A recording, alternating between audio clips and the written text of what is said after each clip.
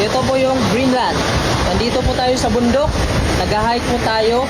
Maganda yung panahon ngayon, alas 11 po ng hating gabi, pero maliwanag pa rin. Ito po yung view natin mga kabayan. Nakakyatin po natin itong bundok. Ito na po yung lugar ng Greenland. Sa panahon ng summer po, nag-green po yung mga damo. At napapansin nyo dito, mayroon na pong mga ilog dito. Pwede pong inumin ito mga kabayan dahil napakalinis. Ayan po.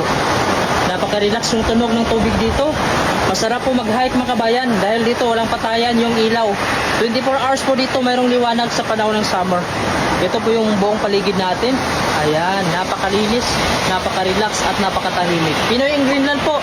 Huwag niyo naman po kalimutan i-follow yung ating Facebook page at yung ating YouTube channel. I-subscribe nyo naman po para sa maraming mga video.